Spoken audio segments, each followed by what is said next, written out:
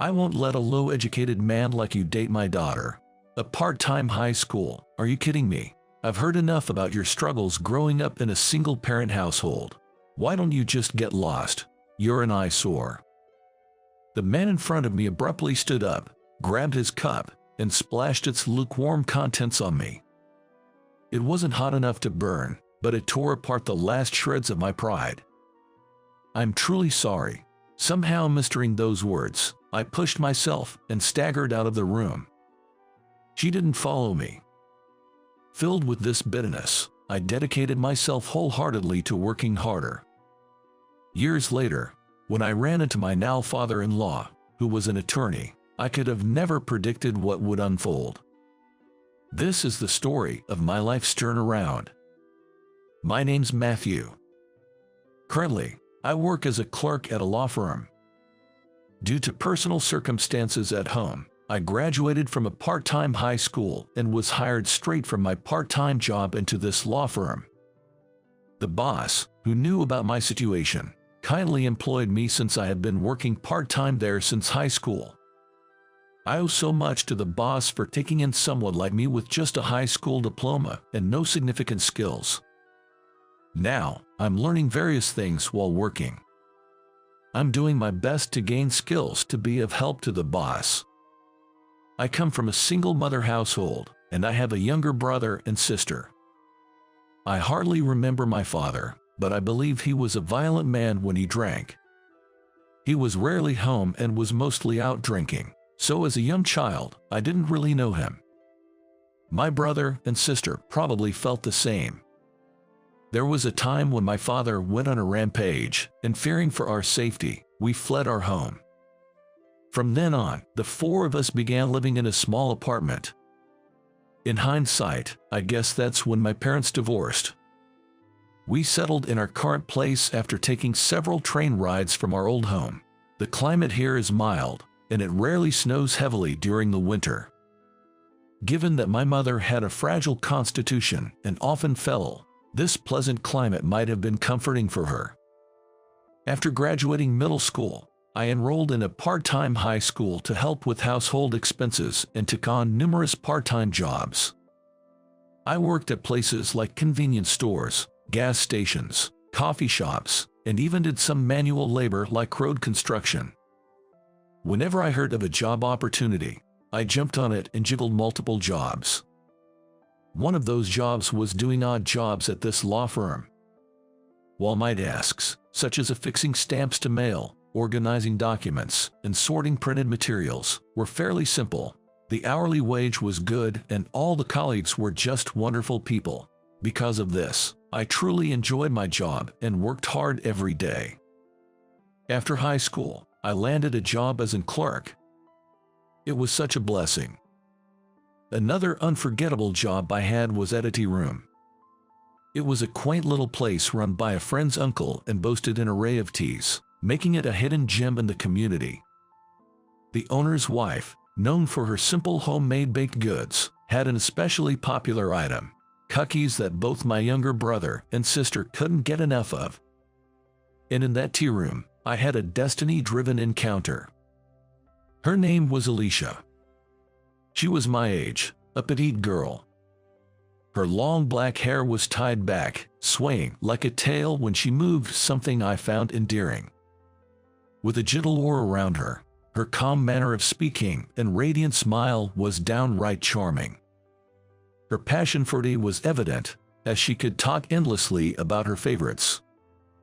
I found that side of her so cute. I quickly fell for Alicia. Turns out, she had a soft spot for me too, and soon after, we started dating. For both of us, it was our first relationship, our first dates, our first time holding hands. We slowly but surely deepened our bond. Upon graduating high school, I secured a job at a law firm and had to leave my part-time job. Alicia, however, continued to work there while attending a local college. Every time I drop by the tea room after work, she greets me with a freshly brewed cup of tea. It became a daily routine for me to escort her to the train station after her shift. She secured a job in the spring of our 4th year together. With both of us stepping into the working world, I proposed to Alicia. My younger siblings had started high school, and my mom found steady work. Our home life was stabilizing, and I started to think about the future. When Alicia accepted my proposal, I was so overwhelmed with joy I broke down in tears. It felt too good to be true, almost frighteningly so. But our bliss was soon to be tested. Alicia came from what you might call an old money family, with a lineage of politicians and lawyers. Her grandfather had been a city councilman, and her father was a lawyer. Being the only child, she was doted upon.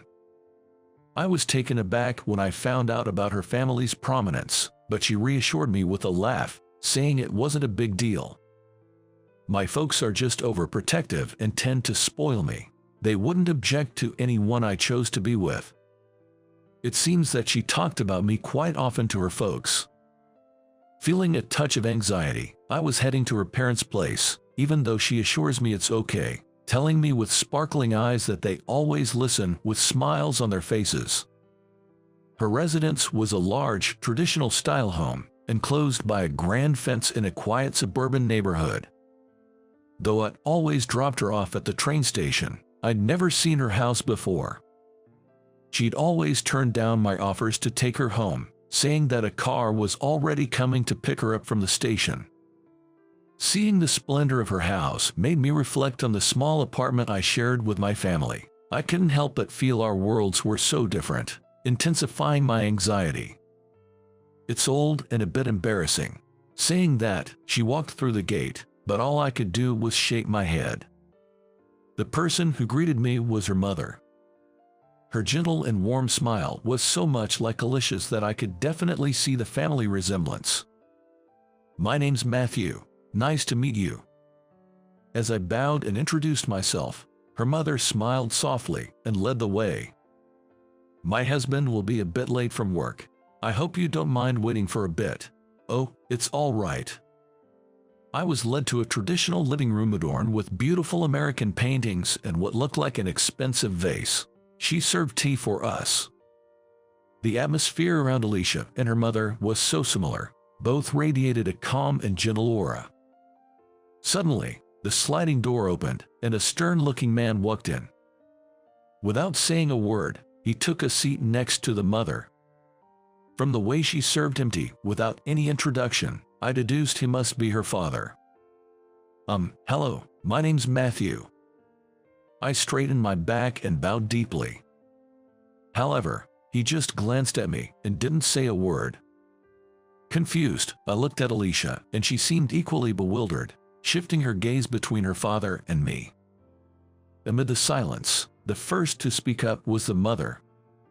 "Matthew, please look up. Honey, what's going on?" Trying to mediate the situation, the mother raised her hand to intervene, but the father began to speak. "Was it Matthew? Alicia told me she wanted to introduce you to us. I hope you don't mind, but I did a little digging." "What? What does he mean by digging?" "While I can't exactly puff out my chest and boast about my life, I haven't done anything wrong, and committing a crime is totally out of the question." As I was pondering this, Dad let out an exaggerated sigh. "I've heard your family is quite poor. You've even been working part-time jobs to help with the bills," he said. It was the first time anyone had said so bluntly that I was poor. Sure, we aren't rich, but I always thought we lived a typical life. Still, from the perspective of someone from such a prestigious family, I guess my household must seem inferior. Dad continued, "I want Alicia to have a life that's more than just average happiness. That's a parent's heart. Someone broke like you is out of the question." I was deeply shocked by those blatant and malicious words. Seeing my reaction, Dad smirked. It was clear as day that he was trying to corner me even more. "You only graduated from a night high school and didn't even go to college. What kind of job can a high school grad get?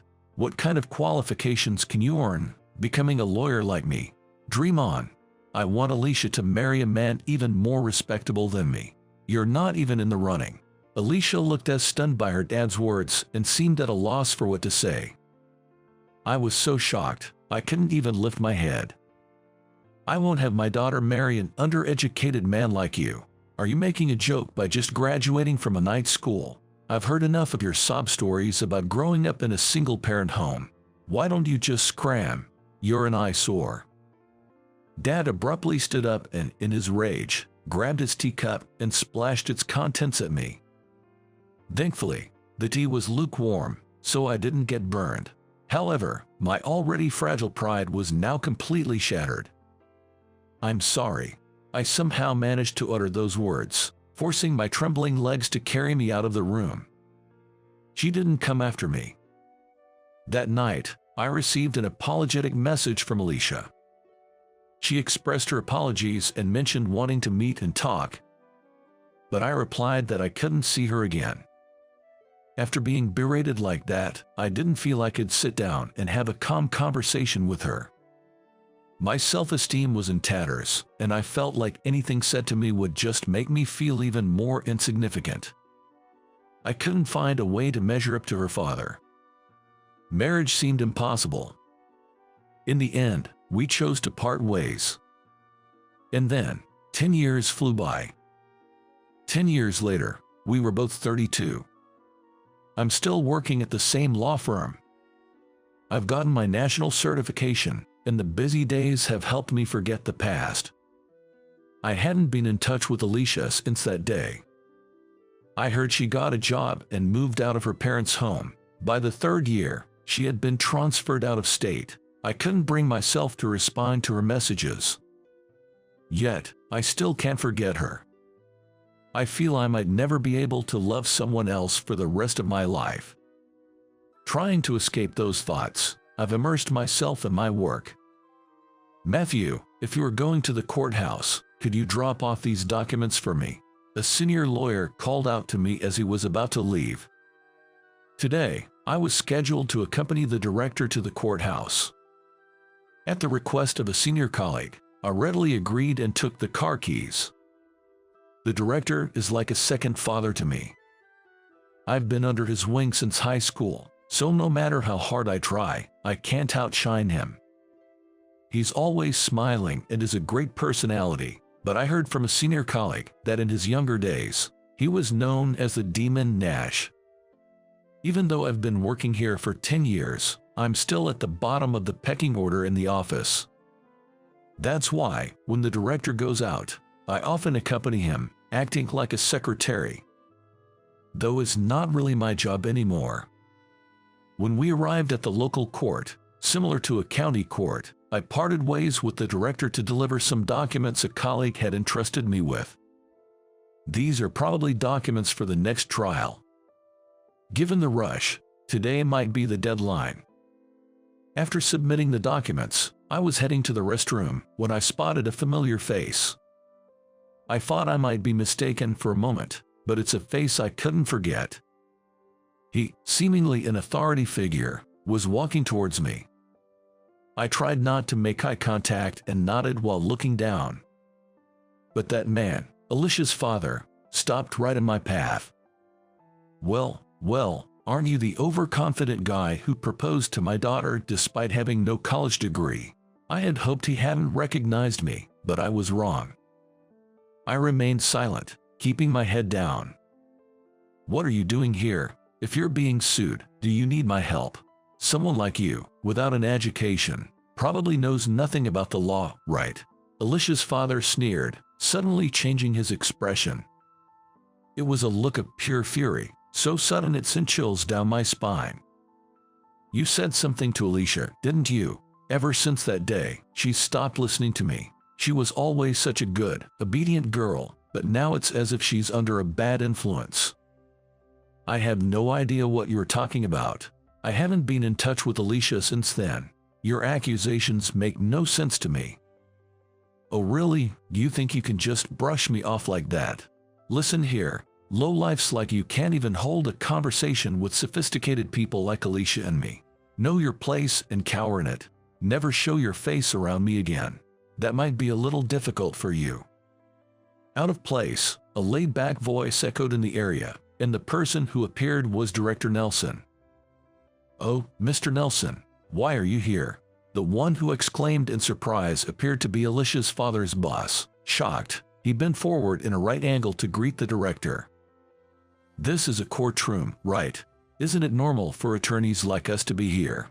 The director, laughing, addressed the boss, while Alicia's father looked on in disbelief. "Oh, come on, haven't you also served as the president of the Bar Association?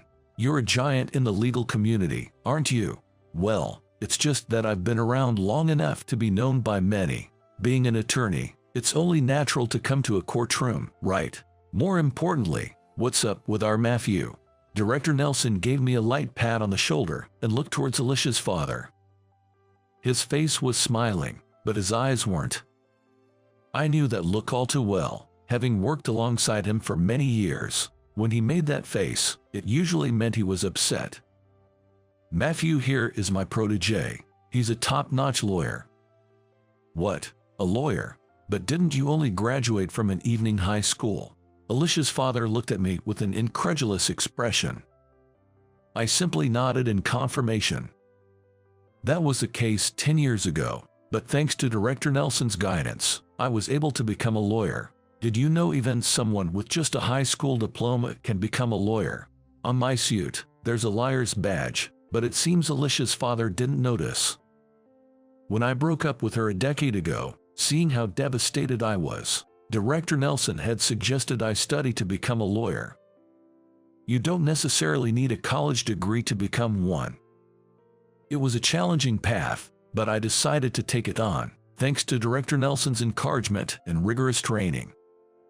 Somehow, I passed the preliminary and bar exams on my first try and completed my legal training to become a lawyer.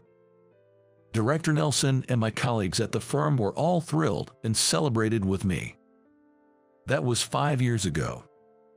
Matthew has always been exceptional. He passed all his exams on the first go. Since high school, he's been honing his skills with our senior staff here, so he's very hands-on and proactive. I plan on having him as my successor. Hearing Director Nelson's words, I couldn't help but blush. Alicia's father looked at me, clearly taken aback. "Oh, by the way, for the upcoming trial, Matthew will be the lead attorney for the plaintiff.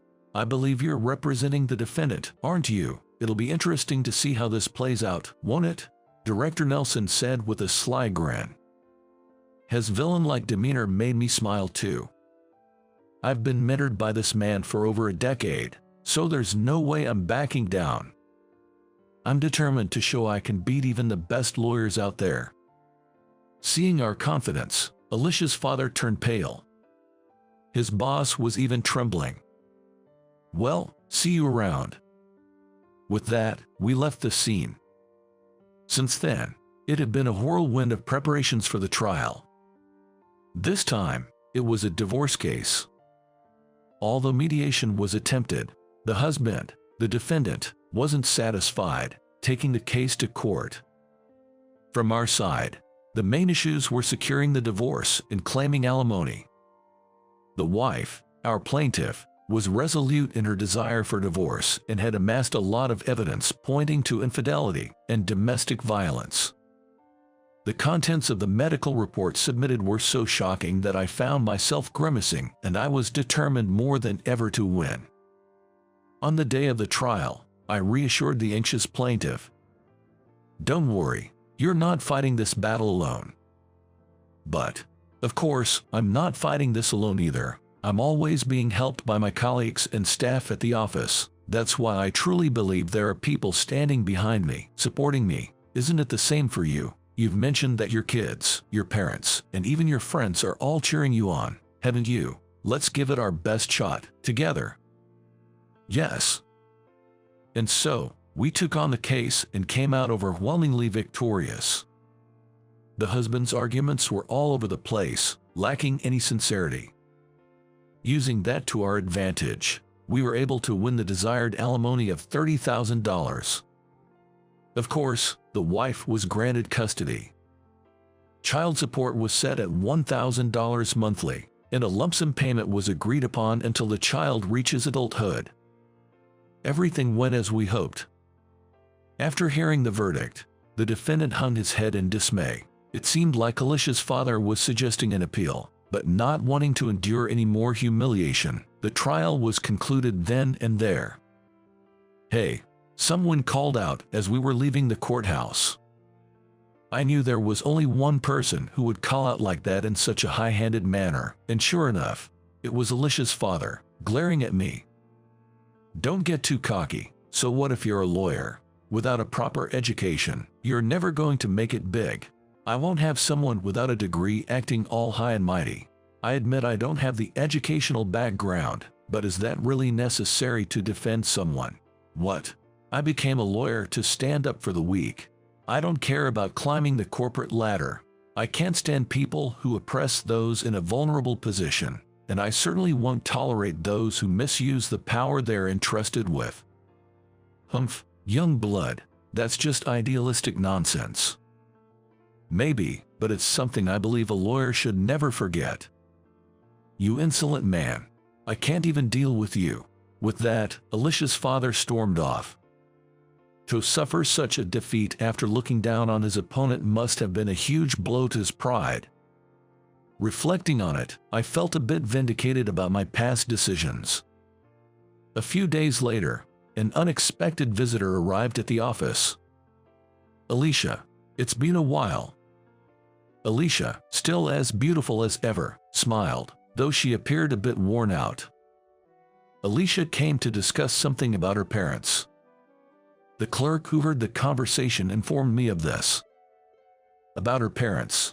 When I asked that, Alicia, with tearful eyes, pulled out a few photographs. In them was Alicia's father. The man in the pictures was seen getting intimate with a woman other than Alicia's mother. There were multiple photos, all with different settings and outfits, suggesting potential evidence of infidelity. My dad used to dote on me and my mom, almost smotheringly, treated us like birds in a cage. I only realized something was off about 10 years ago. Up until then, I thought it was normal, but something happened that made me realize his thinking was twisted, and I left home. But it seems like over these 10 years, with me gone, my mom has been even more controlled by him. She rarely leaves the house and spends her days being berated by him at home. She used to love going out, but now she's afraid of upsetting him. Can't we get them divorced? At this rate, my mom will break. Saying this, Alicia became too emotional and began sobbing into her handkerchief. I'm sorry, but without the person directly involved, please, can't something be done? At the clerk's words, Alicia kept bowing her head. In matters of divorce, the person's intent is paramount, and there's limited room for family to intervene. But considering the circumstances, I wanted to help. It's not just because of Alicia, but it's also sort of a professional ethic of mine as an attorney. Can we get your mom on the phone? At my words, Alicia quickly looked up. Her eyes, now bloodshot, widened, and she hurriedly pulled out her cell phone. I can, right now. All right then, please go ahead. She then set her phone to speaker mode, and I listened to her mom's voice. The voice, in stark contrast to my memory from 10 years ago, sounded utterly drained. Divorce? I haven't thought about that. Thank you for your concern. But Mom, you see how Dad's behavior is off, right? That's not love. It's just control. I know you've protected me from Dad. I know you held him back when I left home. I promise I'll protect you now. So please, can we run away together? From the other end of the phone, it sounded like Alicia's mother was crying. All I could hear were her sobs, so I spoke up. I'm Matthew, an attorney. Divorce is extremely challenging. I can't necessarily recommend it. If your husband changes his ways, that would be best. There's no way that's gonna happen, Alicia exclaimed. I agree. That person probably won't change their deeply ingrained opinions after all these years. However, if you truly want to run away, it's a different story. If you're too frightened to speak up because of your husband, let me handle it. That's what lawyers are for. I felt Alicia's gaze on me. On the other end of the phone, Alicia's mom gave a small yes. Jess, thank you. With that, I was decided as her representative. Immediately, I had Alicia and her mom evacuate to a hotel out of state, because we didn't know what kind of treatment we'd receive again. I promptly sent a certified letter to Alicia's dad, proposing divorce negotiations. Of course, it included the evidence of infidelity that Alicia had brought. Probably right after he got it, Alicia's father called, furious. What's the meaning of this? Is this some kind of revenge? What have you done? Where are they? This isn't revenge. I've been officially asked by her wife. Those photos were prepared by her daughter. They both don't want to see you anymore, so I made the proposal as a representative. This is a marital issue. We'll settle it between us. You know that's not possible, right? You're a lawyer after all. Then, it's court. We'll settle this in court. That's fine with you. What?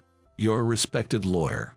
What will happen if your affair and domestic abuse become public? Your reputation will hit rock bottom, right? We have the evidence. Despite this, you still don't want to discuss a divorce settlement. You'd think a lawyer would consider that, but Alicia's father seemed really heated. I'll ask again. Do you want to go to court? To my slow question, a small understood came from the other end of the phone. After that, our demands were almost unconditionally met, and Alicia's parents were able to divorce.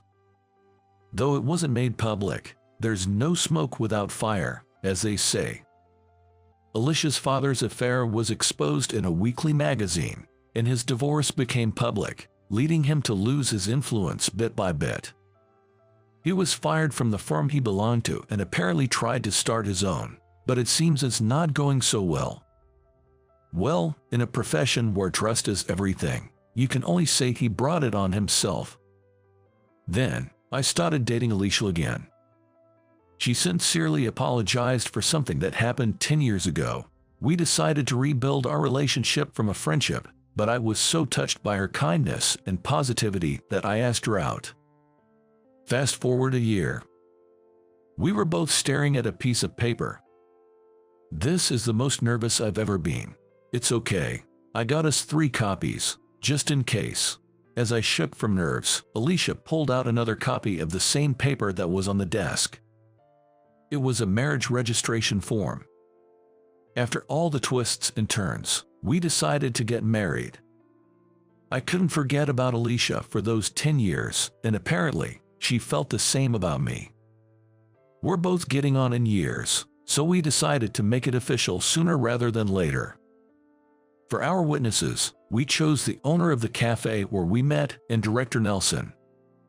Once it's submitted, we'll officially be a family. Are you sure you want to live with my mom? Alicia asked. We decided to live with her mother. She's slowly been regaining her health since then, but we felt we couldn't leave her alone given her occasional bouts of instability. She's your beloved mom, right? She's just as important to me.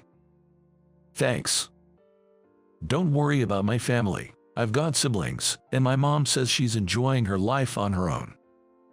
My mother, who used to be frail, is now in high spirits, going on solo trips and joining local choirs. My brother and sister each have their own families and are living happily. Suddenly, I looked up at the sky. It was a clear day with not a cloud in sight. Being able to submit our marriage registration on such a day, I feel truly blessed. I'm so happy. I couldn't help but voice my feelings. I used to struggle just to get by and couldn't really feel happiness, but now I have the person I love right by my side. Everyone around me lives with smiles on their faces, making those tough days seem like a lie. Back then, when Alicia's father scolded me harshly and threw his tea at me, I felt so humiliated and sad, but in a way, I think that experience led me to the life I have now. If I hadn't been so put down then, I might never have aimed to become a lawyer. I might not have put in the effort to get to where I am now. Maybe, in a way, I could even think of him as a benefactor. But still, I can never forgive what he did. You can't always say hard work pays off, but I can definitely say I'm glad I worked hard back then. It might be hindsight, but I'm happy now. Beside me, my girlfriend laughs. I smile back at her and tightly squeeze her hand.